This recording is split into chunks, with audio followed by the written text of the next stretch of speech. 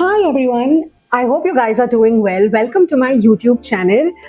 So today we are going to do a video which is, very different from the kind of content that I do usually.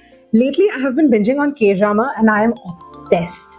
I finally get why the world is obsessed with everything Korean. So I have 2 to 3 friends who are obsessed with like everything Korean, especially K-drama, and they always, used to keep recommending different shows. But I was very skeptical about getting into K-drama because I was like, "Hey, yaar, har baar, subtitles ke saath dekhna padega. Will it even be worth it?" So I never really got into it until one fine day I was just sitting and I had nothing to watch. There was nothing good coming on Netflix, and I was like, "Okay, you know what? Why not? Let's give K-drama a shot." And there has been no turning back. Mind you, K-drama is just as dramatic as Bollywood. There's romance, there's villains, there's drama, there's everything. It's power-packed. But it's so cute to watch because I think Korean is so sweet to the ears. It's like, I don't think I have ever heard a language which is so sing-song. The only thing Korean I had watched was Squid Games. Now, Squid Games is very different. The genre, everything is different from the kind of shows that we're going to discuss today because I'm going to list my top 5 romantic K-dramas and I can't wait to share it with you guys. If you're a sucker for rom-coms, just like I am, you're going to love this list. So the main reason why I'm making this list is because if there is someone who wants to start watching Korean shows but is clueless about where to start, I think this is a good guide. So before I begin, I'm going to give you guys 10 seconds to go subscribe to my channel and hit the bell icon so that you're notified every time I upload a video. Now, I've observed that a lot of you are watching my videos, but the subscriber list isn't going up and we really need to change that. So your time starts now. I was serious. Karo subscribe. I genuinely make good content. You're going to love this video. You'll see.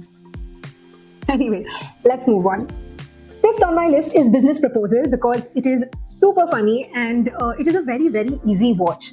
Starring Kim Si-jong and Ah Hyo-shok. I think I've pronounced it right, but if I have pronounced it incorrectly, guys, I'm really trying. I'm sorry. Okay, so Kim Si-jong plays Shin Hari. Now, Shin Hari's friend doesn't want to go and meet suitors. She doesn't want to go on this particular date. So she asks her friend Shin Hari to go on the date for her and kind of scare the guy away. And Shin Hari is like, okay, cool, you know what, I'll do that. But when she arrives, for this date, she realizes that the person sitting across her is her boss, the CEO. And while she's doing everything she can in her capacity to scare him away, it's just working against her because the boss ends up liking her. And now you're going to have to watch the show to find out what happens later. But yeah, I would highly recommend the show because it's a very easy watch, very funny. It's not the best rated among the 5 that I am recommending. Nonetheless, it's a good watch. Fourth on my list is a show that's been critically acclaimed and been spoken about so much. There has been a lot of discussions around the show for its mental health nuances, the kind of characters it has, their character development. It's just superb. And if you are a Korean head, you already know what I'm talking about. It's Okay to Not Be Okay. Starring Sho Ya-ji and Kim Soo-hyun. Who doesn't know Kim Soo-hyun? If you have watched Korean shows, you know Kim Soo-hyun. He is one of the highest paid actors and is so cute. I have fallen in love with him. I have watched a couple of his shows and he is a brilliant actor. This drama revolves around 3 characters. Moon Gang-tae, played by Kim Soo-hyun. Moon Sang-tae, who is his brother, played by Oh Jung-se. And Ko Moon-young, played by Sho Ye-ji. I don't know if I've done the pronunciations right again, but I think I have improved. Anyway, so these 3 characters, they are leading such complex lives. Now, Kim Soo-hyun's brother is specially abled, and which has made him the kind of sole responsible guardian for him because their parents pass away at a very young age. Ko Moon-young, the female lead, is an author with a dark past, and eventually the 3 of them start living under the same roof.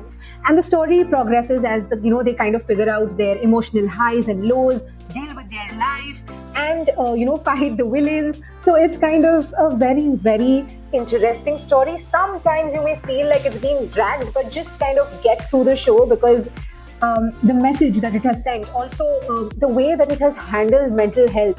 Even somebody, a character that can be so cared for can yet feel like, he doesn't own himself because Kim Soo-hyun is always taking care of his brother. And while the brother should feel great about that, he just feels like he's lost a sense of, ownership of himself. So there are these nuances that are spoken about, and it's so important in today's day and age. I feel like this is definitely a must watch. Third on my list is Crash Landing on You, a show that I started my K-drama journey with. It's a love story between North Korea, South Korea. What's not to like about it?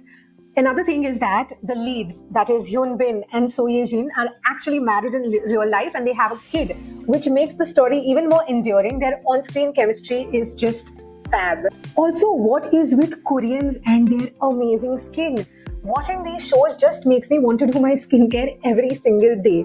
Another thing is the perfection that Korean men are, especially Hyun Bin in military uniform. Oh God, too good. Anyway, but I'm not talking about their appearance. I'm talking about how perfect they are as human beings and boyfriends. यार तुम दुनिया का कोई भी लड़का ले लो, वो कितना भी अच्छा हो, he's not going to be this perfect. उसमें one or two faults तो होंगे. But you know, the guys shown in these dramas are perfect. Showing up at the right time, doing all the right things for the girl. I mean, I have been blessed to date some really nice men. I've dated assholes as well. But yeah, point being, nobody is so perfect. But I guess that's what these shows are about, right? Escaping reality and kind of going into that fairy tale world because it feels so nice to watch.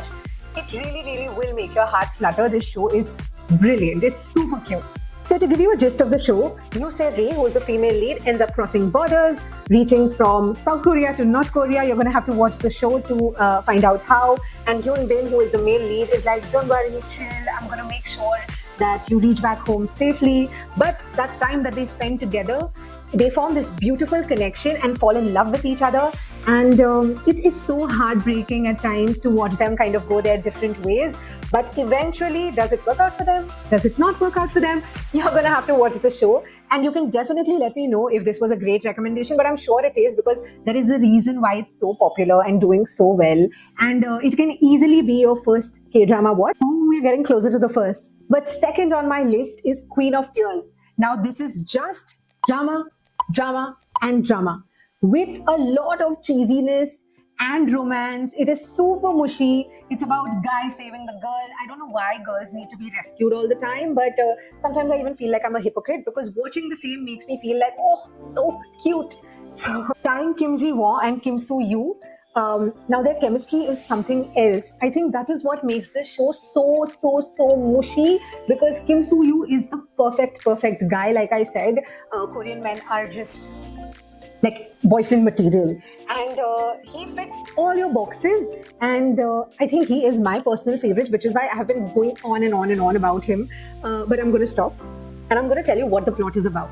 So now these two have been married and are in a very dead-end sort of a marriage, and he wants to divorce her, but when he finds out that she is going to die because she has tumor, he is like, okay, you know what, I'll just stay with her in her last few days. But those last few days are what kind of transform their relationship, rekindle their love. And there's a lot of drama also. Like there are villains, proper villains, like, you know, who will want to kind of take them away from each other. So yeah, very Bollywood, I feel. So I really liked it because it is super mushy, and I'm a mush. I am a proper mush because I will watch whatever is the most cutesy, romantic, you know, content out there. So if you're not someone who likes that kind of content, stay away from this show because it's not meant for you. But if you are someone like me, go for it, girl, boy, you're gonna love it. Now, is she gonna live? Is she gonna die? Dekho, and let me know. Now, at the top of my list, yay, we've made it to the top of my list. Anyway, so at the top we have What's Wrong with Secretary Kim. This is such a fun show because there's not a moment of like, you know, drama or the scene being too stretched, or there's so much like, you know, villain shit happening. Nothing of that sort. It's a very easygoing, very like, you know, happy show. It's just about two people falling in love and just being happy with each other, spending some like nice quality time, doing funny things, saying funny things. To give you a gist of the show, now we have Park Seo-joo, who is the male lead, and Park Min-young, who is the female lead. And one fine day, she's like, you know what, I'm going to resign from this job. And that just startles him because he's like, we've been working together for like 9 years. What is the reason for her to leave? Of course, there is a parallel storyline that connects their childhood to their present. And this also like, you know, slightly touches upon mental health, how your relations can be affected, in your childhood. So it's a very, very nice watch. Very, I would say, smooth. Smooth is the word, because there are not many hurdles. It's just a nice watch, and which is why I like it. It's a proper entertainer, and I would highly recommend for you guys to watch this one. I hope this video helped you guys and was fun to watch. If there are any other recommendations that you'd like for me to give, please let me know in the comments, and I shall see you soon. Bye bye.